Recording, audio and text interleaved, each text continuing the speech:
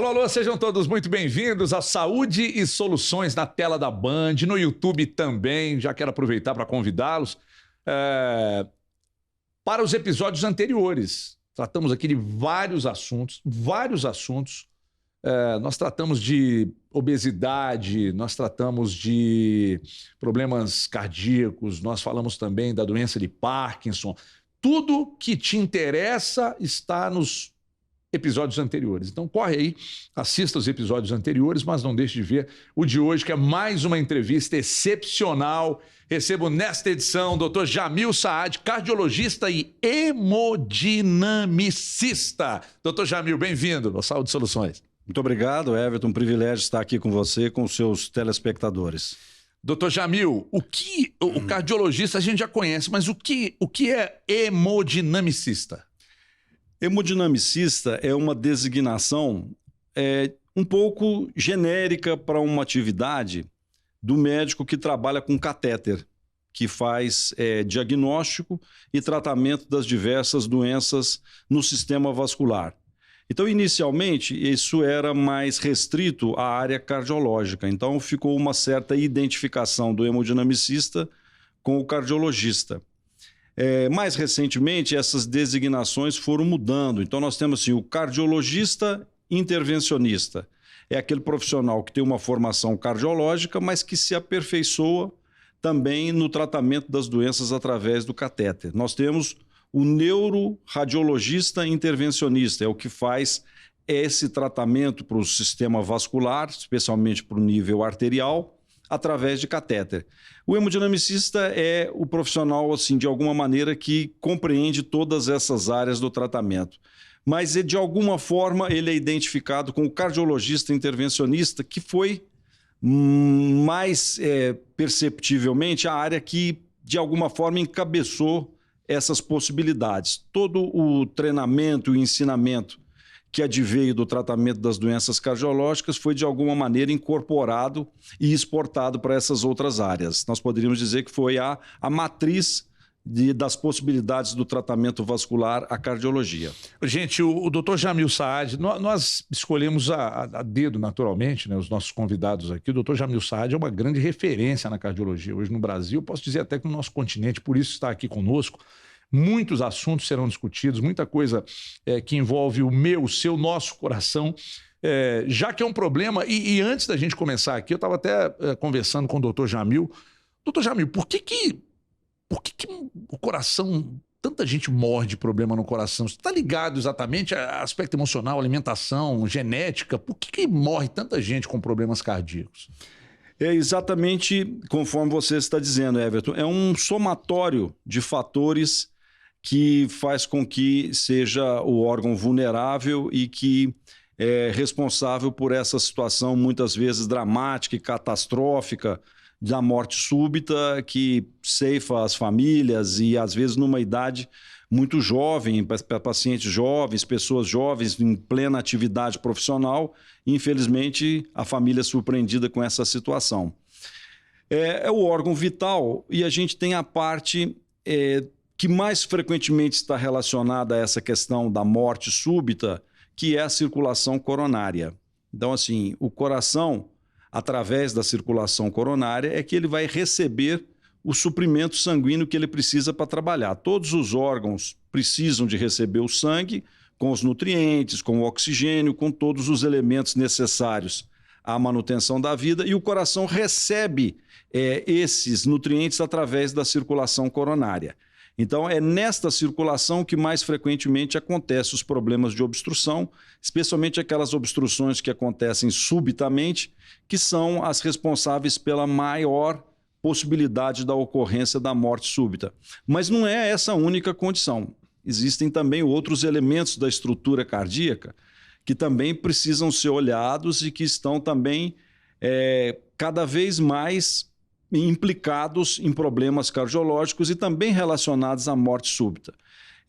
Veja, por exemplo, a questão das válvulas cardíacas. São 4 as válvulas cardíacas que separam as cavidades e que trabalham de maneira alternada.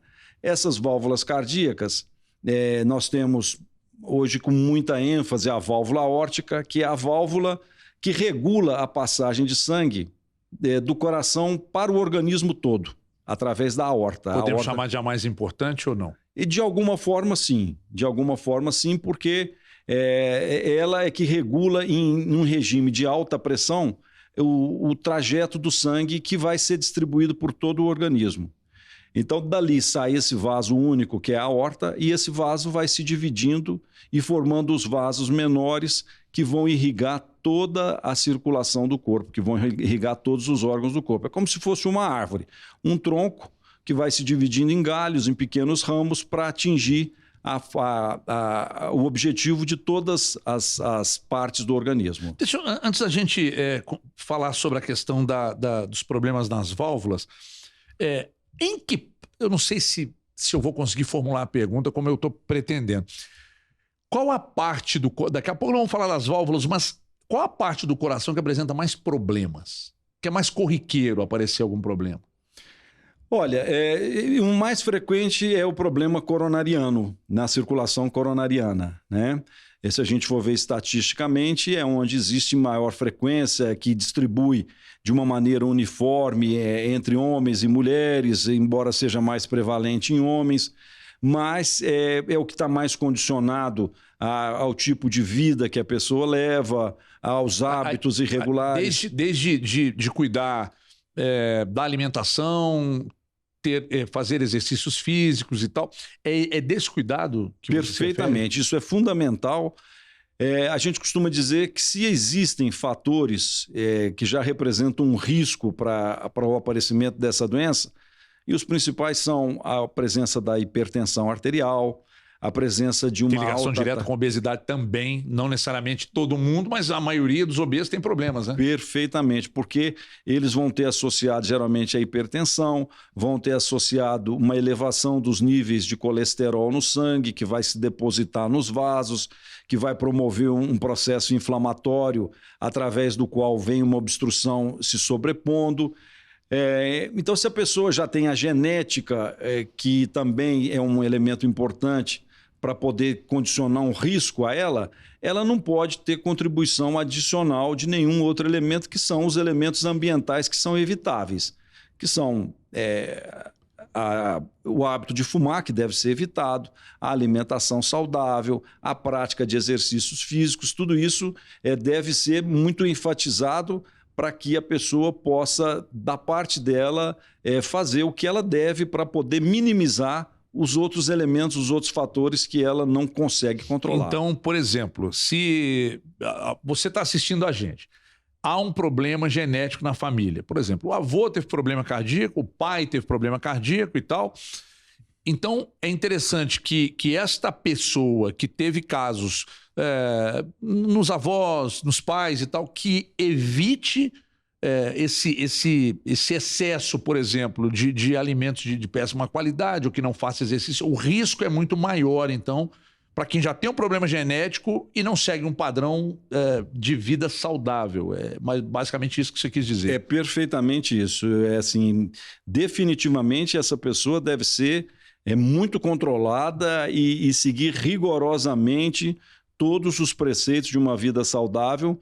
Não quer dizer que ela vai estar isenta, mas ela vai estar contribuindo com o que ela pode, fazendo a parte dela para evitar que esses riscos se somem e agravem ainda mais a condição dela. Entendo. O doutor Jamil, a gente entrou na questão das válvulas e me recordo que eu cheguei a pesar 165 quilos. Me lembro que naquela oportunidade, há alguns anos, eu fui a um cardiologista e ele me falou sobre a questão da válvula, de um aumento. Parece que estava um pouquinho alterada e tal. E naquela oportunidade eu não me preocupei tanto. O tempo passou, só que daí a pouco eu emagreci e tal, e não voltei para saber se está saudável. Mas eu vi que logo no início da nossa conversa, você destacou a questão das válvulas. Daqui a pouco nós vamos explicar onde estão os problemas, por que eles aparecem e o que nós temos para resolver o problema, ou ajudar a resolver o problema. Mas as pessoas desconsideram menos a questão das válvulas, se preocupam com outras questões como as relatadas anteriormente, e as válvulas deixam de lado, já que ela é tão importante, porque ela faz todo o fluxo, responsável pelo fluxo, há uma certa desconsideração com a importância de cuidar também dessa questão que envolve as válvulas do coração? Olha, na verdade, todos os cuidados que a pessoa possa ter, eles são benéficos em todas as partes da estrutura cardíaca. Você mencionou bem a questão da obesidade. Em relação à questão da obesidade, e nós temos a válvula cardíaca, é como se aquela válvula sua do coração, ela se tornasse de alguma maneira um pouco mais estreita para a demanda que você criou para ela. Você aumentou muito a superfície corporal e a exigência do trabalho dessa válvula. Aí você trouxe um exemplo muito evidente de como é que isso interfere, como é que o hábito e como é que a obesidade pode interferir também no funcionamento de outras estruturas do aparelho cardiovascular. Desde o início, quando a gente agendou essa entrevista, a gente batia há sempre uma conversa preliminar, quando a gente, com as figuras que me ajudam aqui na produção do programa, e em uma das conversas a gente falou sobre a necessidade de destacar a estenose aórtica. Estenose aórtica. Eu confesso que para mim era uma grande novidade, porque eu nunca tinha ouvido falar de estenose aórtica. Então eu já quero, inclusive, perguntar o que é essa estenose aórtica e por que tanta gente nunca nem ouviu falar. Não é um problema de agora, é um problema que já acontece há muito tempo. Por que agora a gente está falando de estenose aórtica e é pouco falado? Olha, Everton, a verdade é que esse diagnóstico é um diagnóstico que pode ser feito em várias fases da vida. Existe a possibilidade da pessoa ter uma estenose aórtica ao nascimento.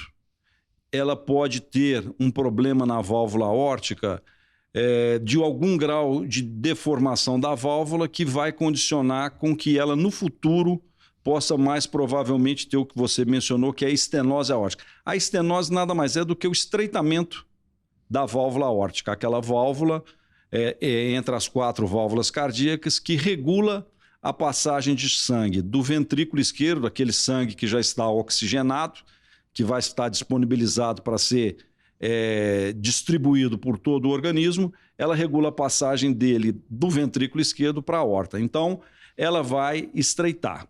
Com o estreitamento dessa válvula aórtica, ela vai submeter o coração a um regime de alta pressão, porque aquele coração que trabalhava livremente com uma válvula de calibre normal vai começar a trabalhar num regime de muita dificuldade.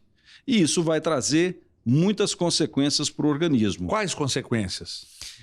O diagnóstico da estenose aórtica, é bom que a gente diga, isso tem que ser feito por um cardiologista que vai ter a possibilidade de examinar o paciente, de fazer, já observar sinais ao exame físico e depois com outros métodos complementares de diagnóstico que ele vai poder reunir as informações necessárias. Assim, a pessoa não vai suspeitar espontaneamente que ela tenha um problema dessa natureza. Mas, em geral, os problemas de origem cardiológica, eles se manifestam frequentemente com falta de ar, com fôlego curto, com uma certa dor no peito quando você faz um esforço.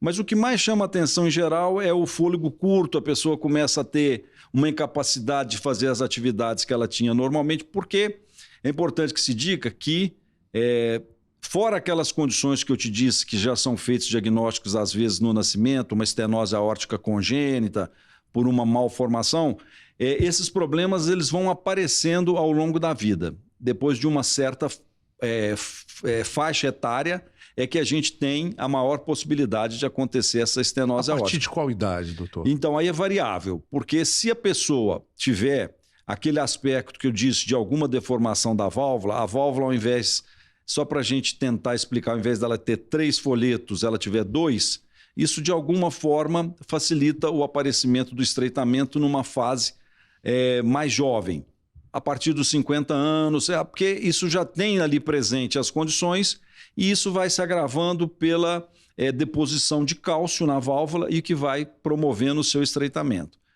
Então, assim, existe esta condição que funciona como uma predisposição para que a pessoa tenha o problema, e existe a pessoa que tem a válvula perfeitamente formada, a válvula não tem nenhum tipo de alteração, e ela começa a ter com a idade, a partir dos 70, 75, já com a idade 80 mais anos, avançada. sim, se ela tiver a válvula formada adequadamente, isso vai aparecer mais tardiamente, é uma doença mais do idoso.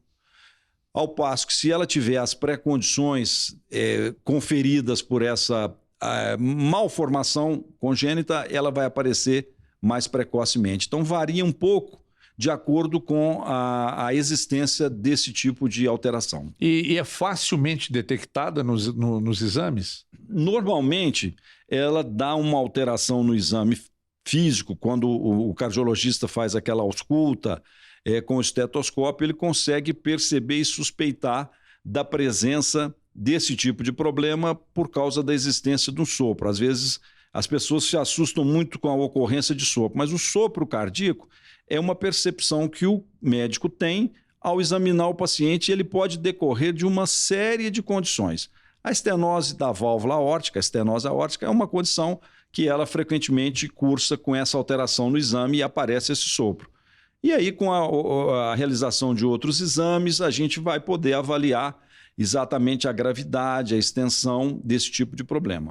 Pessoal, o Dr. Jamil Saad, logo no início desse papo aqui no Saúde Soluções, vocês viram aí um currículo vasto, uma grande referência na cardiologia aqui no nosso país. Eu vou para um rápido intervalo, porque na sequência eu quero saber mais sobre essa estenose aórtica e, após o aparecimento, a detecção do problema através dos exames, o que nós podemos fazer para quem tem o problema, para levar uma vida normal ou perto disso? Há recursos? A tecnologia é uma aliada? O que mudou em relação ao que a medicina já apresentava há algum tempo, que está apresentando agora, que pode dar uma melhor qualidade de vida a quem tem o problema? Mas tudo isso na volta do intervalo, aqui no Saúde Soluções, na tela da Band, também no YouTube.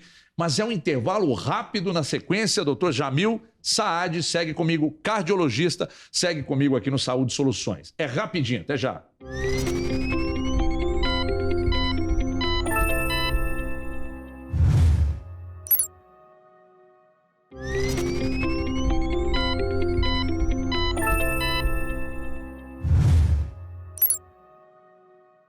Muito bem, estamos de volta com Saúde Soluções, mais uma vez destacando, episódios anteriores estão no YouTube, então não deixe de ver, foram papos muito interessantes com médicos, grandes referências da medicina em várias áreas, estão todos os programas disponíveis no YouTube aqui da Band, então corre lá e assiste, que é muito bom, o conhecimento nunca é demais, e pode ter alguém da sua família, algum conhecido, que possa, de repente, se servir desses conteúdos aí que estão disponíveis no nosso YouTube, com entrevistas anteriores, com vários médicos de várias modalidades, enfim, de várias áreas. O Dr. Jamil Saad, cardiologista, hemodinamicista, nosso convidado de hoje.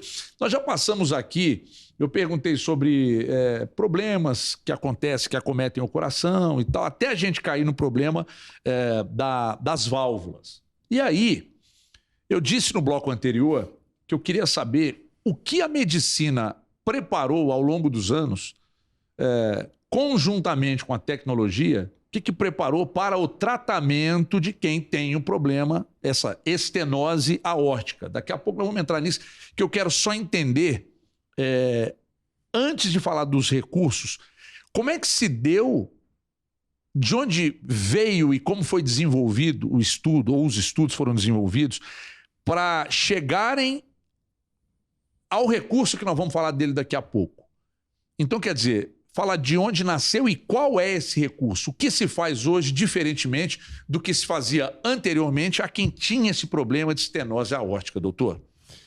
Perfeito. Olha, eu disse no começo, na introdução, que, de alguma forma, os conhecimentos que vão se acumulando em uma área são depois transpostos, exportados para outra condição. E aqui no tratamento das válvulas também foi assim. O tratamento da desobstrução coronária, ele começou simplesmente com o uso de um balão. E balões feitos de maneira bastante rudimentar, não existia uma indústria para poder confeccionar esses balões. Existiam até situações em que... Como é que era usado esse balão? Esse balão era feito, muitas vezes, tinha casos de médicos que se associavam a outros profissionais e faziam isso na garagem da casa deles. Teve uma coisa muito simples que foi feita inicialmente, mas que são pessoas geniais, que viram assim, nós temos que buscar uma alternativa exatamente para fazer um tratamento mais simplificado dessas condições, que via de regra a única alternativa que existia era a cirurgia aberta, a cirurgia com esternotomia, que é muito popularmente conhecida como a ponte safena, nesse caso da obstrução coronária, e no caso da válvula, das válvulas cardíacas, da válvula aórtica, a troca valvar realizada por cirurgia aberta. A cirurgia aberta, doutor Jamil, é aquela cirurgia que cerrava o peito do paciente? Exato. Abria o peito. Como é que funcionava essa cirurgia? Cerrava mesmo? Cerra. Até hoje? Essa é a cirurgia ainda feita para algumas circunstâncias em que a gente não tem a possibilidade de aplicar essa técnica, ela não se adequa às condições e também, às vezes, ela pode ser uma melhor opção dependendo da gravidade das alterações que existam que tornem aquela situação inapropriada para essas técnicas. Mas o que é interessante a gente dizer é que isso começou de uma maneira rudimentar, mas avançou absurdamente. Absurdamente. Então, aquela técnica... Em quanto tempo? Olha, para te dizer, isso começou no final dos anos 70, que começou a se fazer 78, os balões. 70, os balões. Sim. Que foram inicialmente para a coronária e depois... na coronária vieram outros desenvolvimentos, outras inovações. O que deu mais certo que ficou foi o uso do stent. O stent é uma malha metálica que você põe junto com o balão para poder desobstruir. E aí esse stent aí depois foi usado uma droga para poder evitar que a obstrução voltasse, e aí foi uma coisa fantástica. Então, tudo isso serviu de base para que houvesse a percepção de que, olha, nós podemos pensar nesse tratamento em outras áreas. E assim foi. Existiu o balão também para tratar algum estreitamento de outra válvula, a válvula pulmonar, acomete muito as crianças que têm esse tipo de problema, e também junto com o desenvolvimento do catéter para desobstruir coronária veio junto. Mas o que aconteceu em relação ao tratamento da estenose da válvula aórtica, aquele estreitamento, é que com o balão percebia... Você colocava o balão dentro da veia? Exato, é exatamente assim que a gente faz. E infla ele lá dentro? Exato, ele entra via de regra pela virilha, para a gente ter um acesso àquela árvore que eu te falei. Eu vou fazer o caminho contrário. A árvore vai se dividindo e vai formando a sua ramificação. Eu pego um daqueles ramos, geralmente é aqui na virilha que eu tenho um calibre adequado para isso, e a partir daí a gente faz o caminho contrário e chega no local que a gente pretende tratar. Que é o mesmo com o balão e o stent. Exatamente. Perfeito. Exatamente. Então esse é o caminho, quando não precisa fazer o corte. Exato. De serrar o peito do paciente, você tem esse outro caminho aí pela virilha. Perfeitamente. E hoje nós temos algo ainda mais avançado? Então, veja, vamos pegar o exemplo da válvula aórtica que nós estávamos falando. Quando foi usado só o balão para tratar a obstrução da válvula aórtica, o que eles perceberam é que o resultado não era um resultado muito duradouro. Havia uma recorrência e a obstrução voltava muito precocemente. Então, isso ficou abandonado um tempo. E aí, o que acontece é que existe uma série de doenças que são, de alguma maneira, negligenciadas ou que podem ter uma evolução muito ruim se deixadas de lado. É o que aconteceu com a estenose aórtica em alguns casos. Alguns pacientes ficavam tão doentes, conforme eu te disse, aquela pressão no coração vai aumentando, e ele chega um momento que ele não aguenta mais, ele começa a dilatar e entra em descompensação. Então, nessa fase, você não tem mais o que oferecer, porque qualquer um desses tratamentos convencionais, como a cirurgia aberta, vão representar um risco enorme para ele. Provavelmente, eles serão doentes inoperáveis, com risco cirúrgico que a gente chama de proibitivo. Existem os pacientes de alto risco e existiam os pacientes com risco proibitivo. Mas esse de alto risco, ele não vai passar pela cirurgia, mas como é que você mantém a qualidade de vida dele? Então aí é que eu vou te dizer. O que aconteceu? O primeiro caso que foi feito foi uma tentativa exatamente de se fazer com o balão, mas utilizando uma prótese de se colocar cirurgicamente no paciente para um paciente que estava nessa situação crítica. Sim. Isso foi feito na França. Ou seja, o paciente que não pode passar pela cirurgia, agora ele tem outro recurso. Perfeito. Nesse primeiro caso, foi feito de uma maneira heróica. Chamamos de maneira heróica, porque não tinha tecnologia disponível, foi uma tecnologia de alguma maneira improvisada, mas aí que você vê o brilhantismo do conceito que se tem do tratamento de uma doença, que algumas pessoas muito corajosas, muito destemidas, têm a capacidade de propor isso. Então, isso foi feito inicialmente nessas circunstâncias. Aquele doente criticamente enfermo, não havia recurso, não havia possibilidade de operar. Aí, foi a primeira vez que ele testou essa técnica e o paciente sobreviveu. Não sobreviveu muito tempo porque a condição dele era precária, mas ele foi beneficiado por essa técnica por alguns dias. Depois isso foi empregado um pouco além em outros doentes e a partir daí aquilo chamou atenção para a necessidade de se desenvolver produtos adequados para isso. E aí começa verdadeiramente a história do tratamento desse problema da estenose aórtica, desse estreitamento, com o uso desses materiais especialmente construídos para esse fim. Como é que é? O que conseguiram construir? Como é que ele funciona? Existem basicamente dois tipos de modelo. Vem uma prótese dessa especialmente confeccionada, com um material, uma liga metálica específica, para ela ser crimpada. Ela vai ser exprimida em cima de um balão.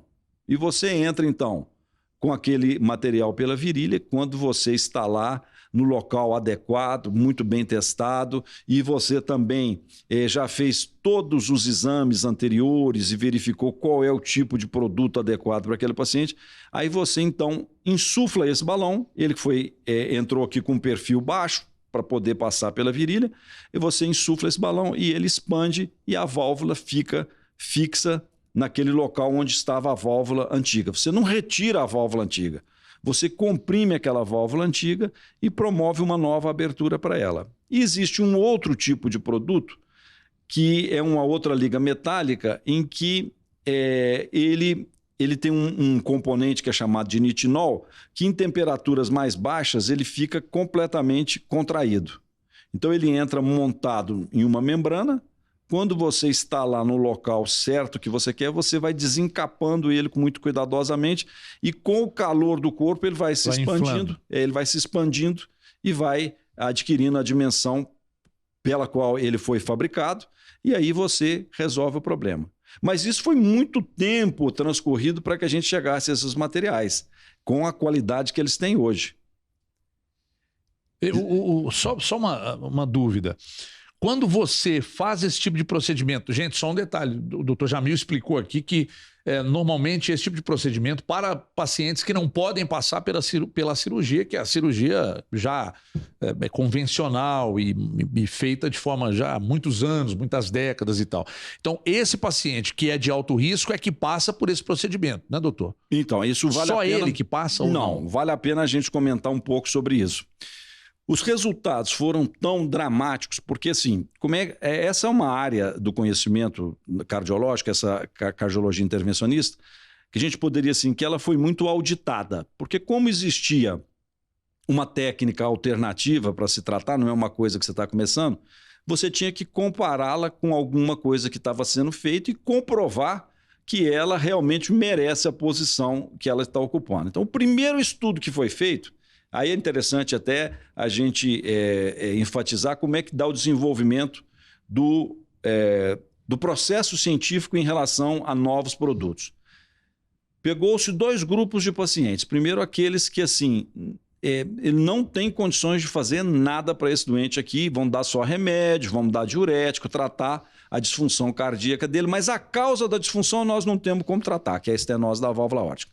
Pegou-se um grupo desses doentes e, para eles, se aplicou as primeiras válvulas comparando com o tratamento só com um remédio. Sim. Aí o que se observou foi que esse doente melhorou muito, foi muito melhor ele, mesmo naquela condição crítica, ele receber esse tipo de tratamento. Foi muito melhor do que deixar ele só com tratamento com remédio. Ok, está comprovado. Paralelamente, um outro grupo de alto risco cirúrgico, mas que tinha condição cirúrgica, também foi feita a mesma comparação. Pega grupos semelhantes de pacientes e uma parte se oferece esse tratamento e a outra se oferece a cirurgia. Muito bem, não foi inferior à cirurgia, era essa a tentativa, e com um risco muito menor do que a cirurgia. Ok? Está comprovado. A partir daí, então assim, nós estamos tratando do paciente de alto risco, que é medido por uma classificação que se dá de acordo com critérios de risco de morte no procedimento convencional. A partir daí, houve uma migração para os doentes de risco moderado. Eles podiam ser muito bem operados, mas talvez fosse mais conveniente, mais confortável. Aí nós já não estamos preocupados mais com o risco só, mas com o conforto do paciente muito mais tranquilo.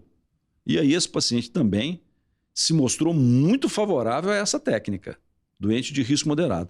E um passo além, foram tratados doentes considerados de baixo risco para cirurgia. E nesses casos também o tratamento foi equivalente, e em alguns casos até superior à cirurgia. Então isso representou uma conquista extraordinária, porque você pôde incluir para esse tratamento diferentes pacientes em diferentes graus de complexidade e de risco.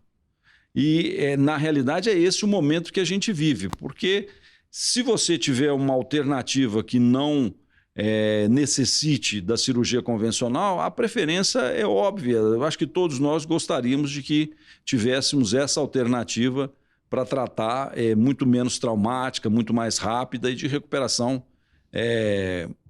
muito mais tranquila. Hoje em dia, todos os pacientes que chegam apresentando a estenose aórtica, o primeiro recurso é esse tratamento? Não, não é assim. A estenose aórtica tem que ser uma estenose grave, porque ela pode se agravando ao longo do tempo. Então tem um momento certo em que isso é indicado. Mesmo que você tenha o diagnóstico já feito bem precocemente, uma pessoa muito cuidadosa, tem um cardiologista já que acompanha e faz esse diagnóstico, não só pela existência do problema, não. O problema precisa existir, mas ele precisa estar num ponto em que a válvula precisa de substituição, porque ele pode viver muitos anos com essa válvula. E aí, então, ele pode, pelo agravamento da situação, se submeter aos estudos todos que vão selecioná-lo para essa prática de implante por catéter. Para te dar um exemplo, assim, se você me permite aqui uma inconfidência, tem duas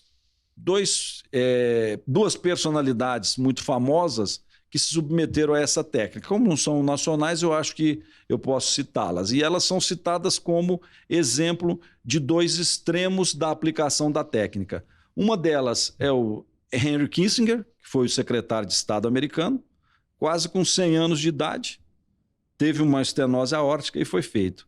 Exatamente esse procedimento. Exatamente esse procedimento de tratamento da obstrução da válvula aórtica. E um outro exemplo que foi o Mick Jagger. O Mick Jagger, apesar de estar na idade de 75 anos, mas ele é tipicamente um paciente de baixo risco. Sim. É um baixo risco, ele não tem nenhuma doença, magrinho, saudável. Seria até recomendável para ele fazer a cirurgia aberta, dá uma dúvida.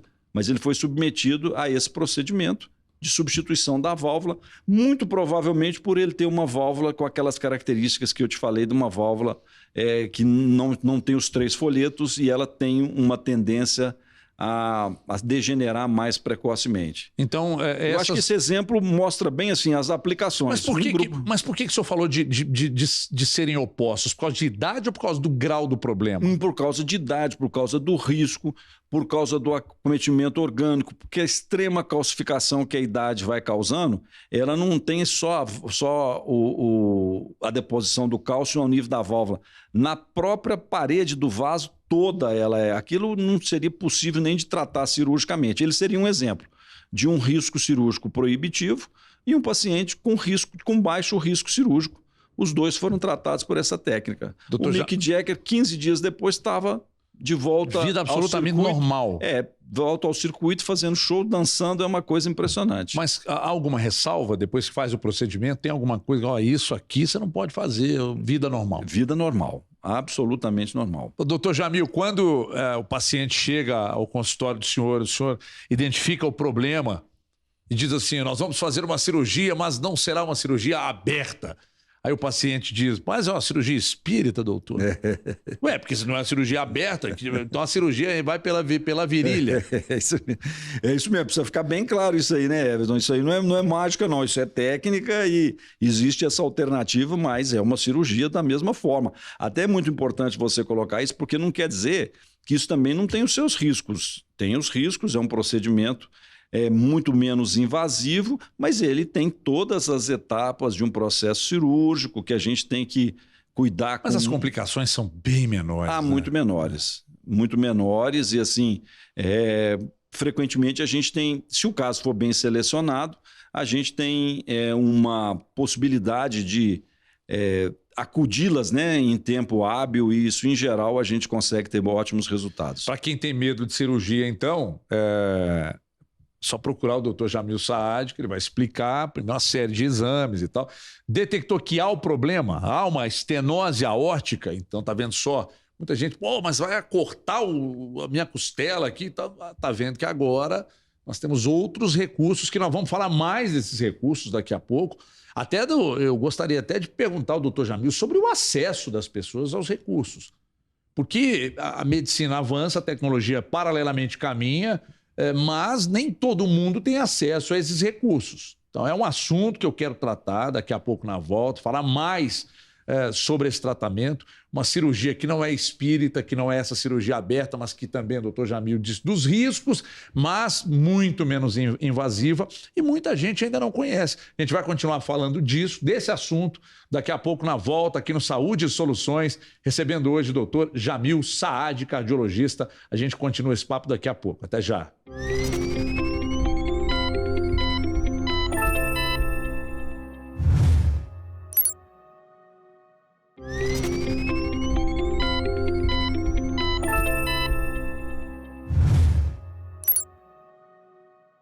Muito bem, estamos de volta, último bloco desta edição de hoje do Saúde Soluções, que ficará disponível no YouTube, Dr. Jamil Saad, cardiologista. Eu até tenho uma colinha aqui, apareceu no início da entrevista, mas é sempre bom destacar, coordenador do Centro de Hemodinâmica e Cardiopatia Estrutural do Hospital Felício Roxo, que é uma grande referência também, presidente da Sociedade Brasileira de Hemodinâmica.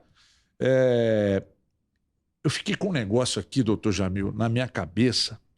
Vamos imaginar que eu tenho problema. Eu, Everton Guimarães, apresentei um problema de estenose aórtica. Eu não vou querer que abra o meu peito, mas de jeito nenhum. Se eu tenho esse recurso que o senhor trouxe, pode ser com você também. Aí você pensa assim, poxa, de repente eu não sou um paciente de alto risco cirúrgico.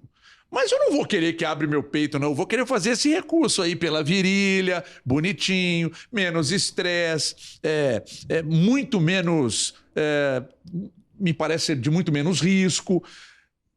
Eu posso escolher, doutor Jamil, eu posso falar, doutor Jamil, eu não quero cortar o peito, não, eu quero fazer esse procedimento. Eu posso ter essa decisão? E como é que o plano acolhe isso? Como é que o SUS acolhe a minha decisão se eu não tenho alto risco cirúrgico?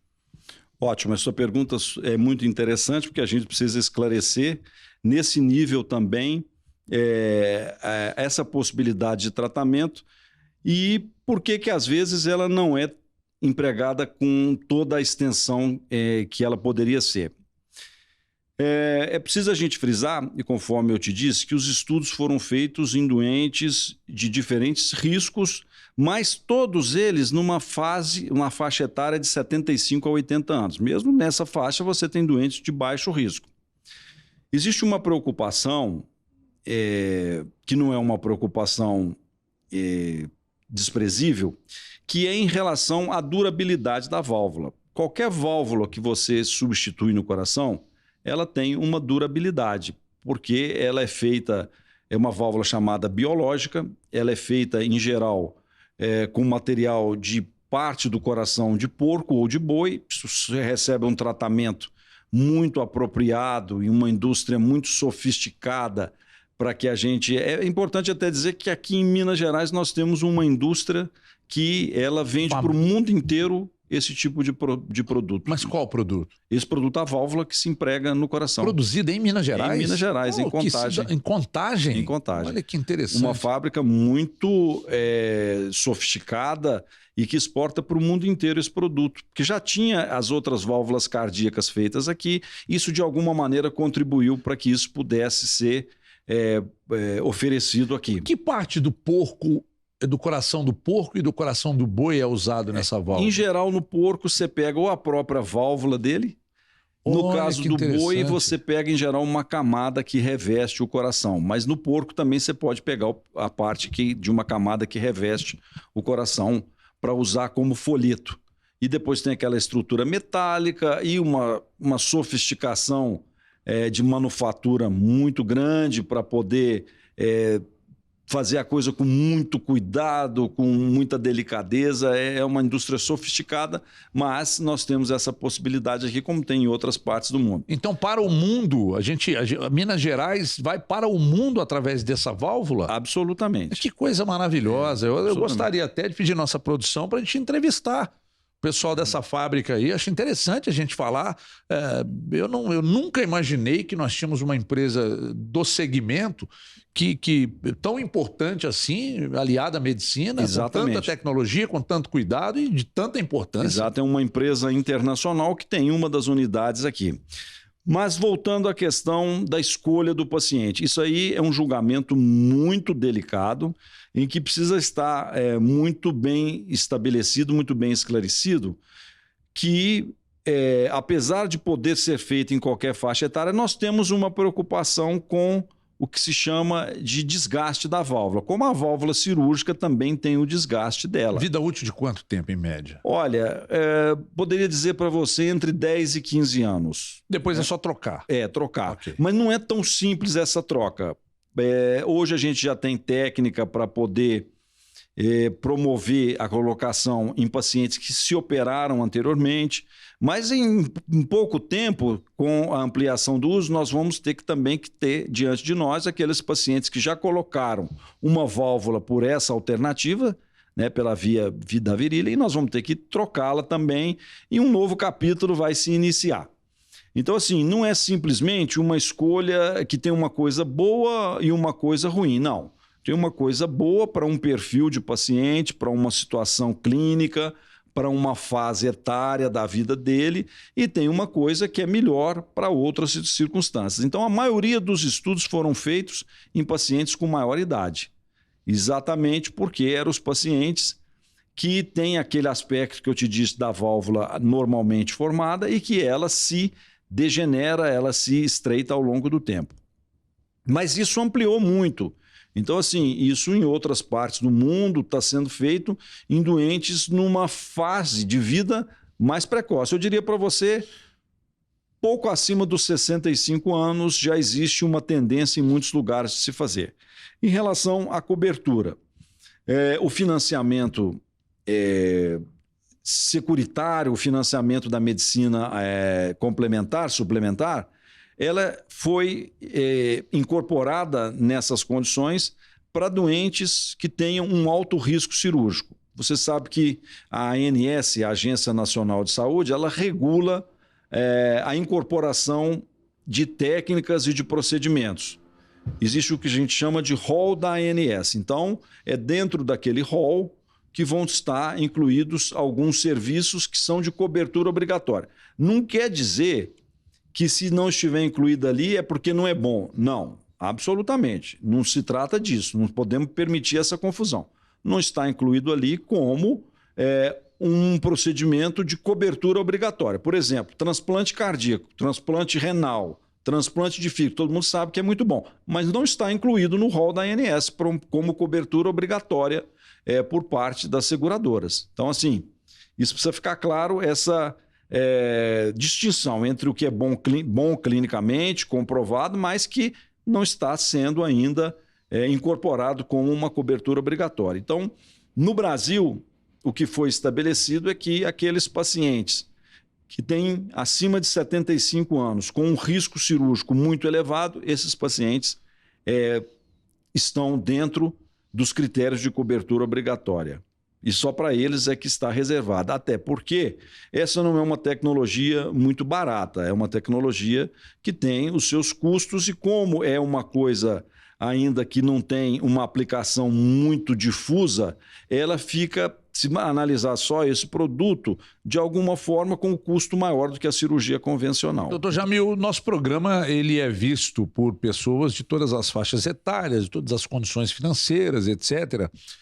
É um tipo de procedimento que qualquer pessoa tem acesso? Claro, obviamente que quem tem uma condição financeira melhor sempre tem acesso a tratamentos melhores e tal.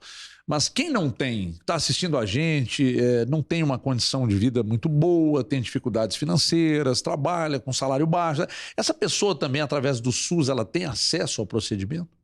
Existe essa possibilidade, sim. Isso já consta na tabela de procedimentos do SUS. É lógico que cada lugar está cuidando de regulamentar como é que isso vai ser aplicável, mas já existe isso aí incluído. Até nós tivemos um ministro da Saúde no governo anterior, que ele... coincidentemente, ele é um especialista, ele é um hemodinamicista também, e ele certamente tem uma compreensão muito mais clara da importância dessa técnica, e eu acho que isso deve ter contribuído para que se criasse os caminhos para incluí-la no SUS. Então está incluído, embora eu não saiba te dizer como é que está o nível de regulação para poder oferecer a cobertura ao paciente. Interessante que o paciente, então, informe-se com o seu médico e tal, que pode orientá-lo sobre o fato, né? Perfeito. Agora, tem uma pergunta que eu queria ter feito. No início, e eu estou com isso aqui, eu falei, não posso deixar de perguntar ao doutor Jamil, que foge muito do que a gente está dizendo agora, sobre o acesso das pessoas ao procedimento, se eu posso escolher ou não fazer a cirurgia aberta ou não, o doutor Jamil falou disso. Mas nesse procedimento, o senhor disse que o tempo vai passando e a pessoa vai ficando mais velha. A impressão que eu tenho é que a parede das veias... Olha onde eu voltei lá no início da conversa. A impressão que eu tenho é que a parede das veias ela fica mais enfraquecida. Procede?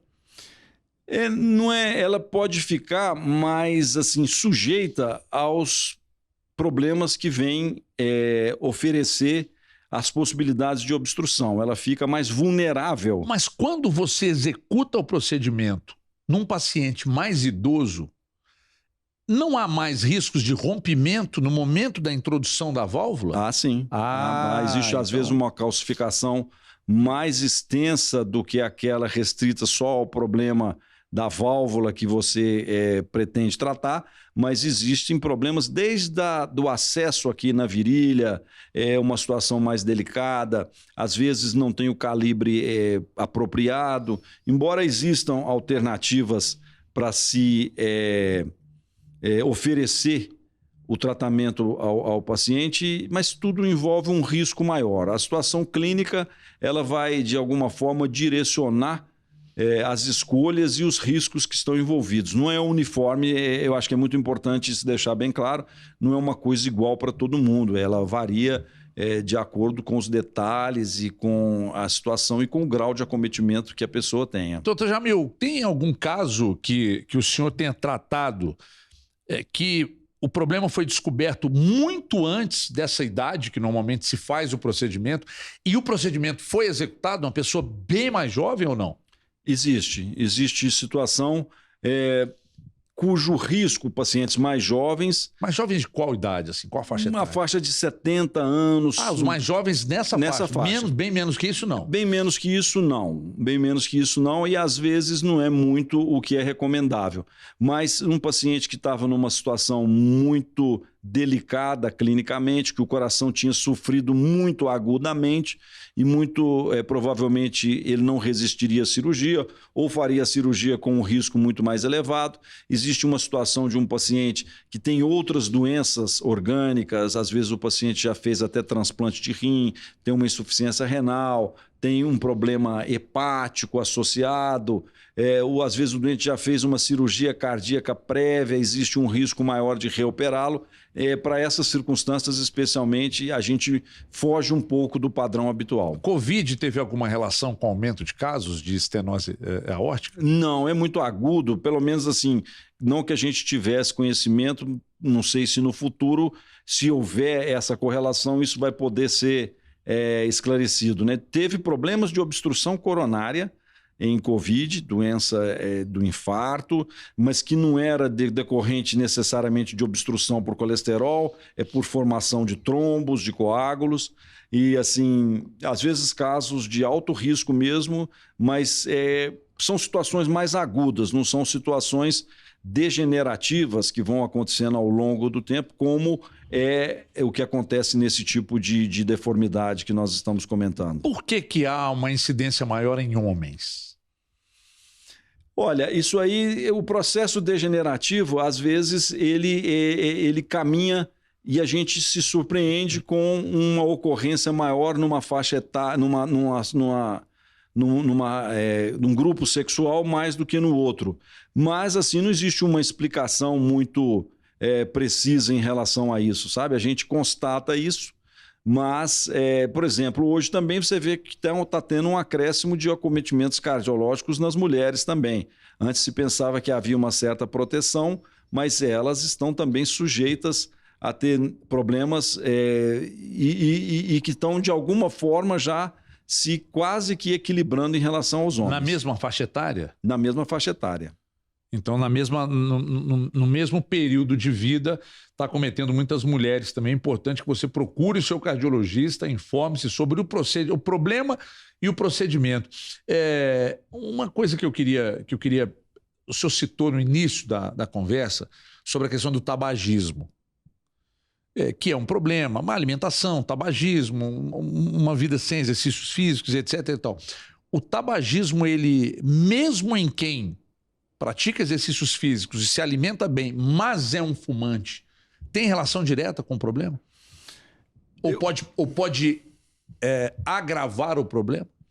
O tabagismo, ele é maléfico isoladamente, a despeito de que não vai haver uma medida compensatória ao tabagismo. E a pessoa, se ela parar, cessar o hábito do tabagismo em qualquer face, mesmo que ela já tenha um acometimento orgânico avançado, às vezes a pessoa já tem um certo grau de acometimento pulmonar, com enfisema, mas mesmo assim isso vai ser benéfico para ela. Mas assim, dos males, o maior é o tabagismo. Ele realmente tem que ser evitado, abolido, reduzido, o que se conseguir em relação à sua redução já vai ser benéfico de alguma forma. Doutor Jamil, a gente está caminhando para o final e, como é um leigo, por mais informado que seja, que está entrevistando um especialista, pode ter sempre algo que a gente, seguramente tem alguma coisa que a gente não destacou aqui, mas que eu gostaria que o senhor dissesse para quem está em casa. Algo que não tratamos aqui, mas que o senhor julga de extrema importância como recado para quem está em casa. Então eu deixo à vontade para esclarecer. Perfeitamente. Eu acho que uma recomendação que é bastante útil é não se tentar um autodiagnóstico, nem se ficar excessivamente preocupado em relação à possibilidade da ocorrência dessas doenças. Eu acho que o médico vai ser a pessoa mais indicada para poder constatar, para poder te acompanhar e verificar se chegou algum momento de se realizar a intervenção necessária para o seu caso. Eu acho que todos devem ter os cuidados que nós mencionamos em relação à alimentação, em relação aos hábitos de vida, em relação ao tratamento das doenças de base. Existem muitas doenças que cursam de maneira assintomática, uma delas principal é a hipertensão arterial. Então, eu acho que cada um de nós deve fazer a sua parte para poder contribuir para que, ao final, a gente, se tiver um problema, seja decorrente das alterações naturais do nosso organismo, que não tivesse tido a contribuição de nós próprios para poder permitir essa ocorrência. Dr. Jamil Saad, coordenador do Centro de Hemodinâmica e Cardiopatia Estrutural do Hospital Felício Roxo, muito obrigado pela vinda aqui, um prazer muito grande mesmo ter... eu confesso que foi dos programas mais difíceis, porque a questão do tratamento e o problema é muito técnico, o tratamento também. Então a gente teve que quebrar mais a cabeça para tentar passar para você de casa de uma forma mais objetiva possível, né? Tantas perguntas sendo feitas de forma mais coloquial e o doutor Jamil também se esforçando para explicar da melhor maneira possível. Mas, lembro sempre, procure seu médico, informe-se. E se teve alguma dúvida no programa, assistiu e teve alguma dúvida, vai lá no YouTube, volta, assiste de novo. E se quiser procurar o Dr. Jamil, Felício Roxo está lá à sua disposição também para você informar-se sobre os tratamentos. Muito obrigado, Dr. Jamil. Muito obrigado a você de casa. Sigam conosco aqui na tela da Band e também no YouTube. Os programas todos à sua disposição e até a próxima semana. Tchau, pessoal.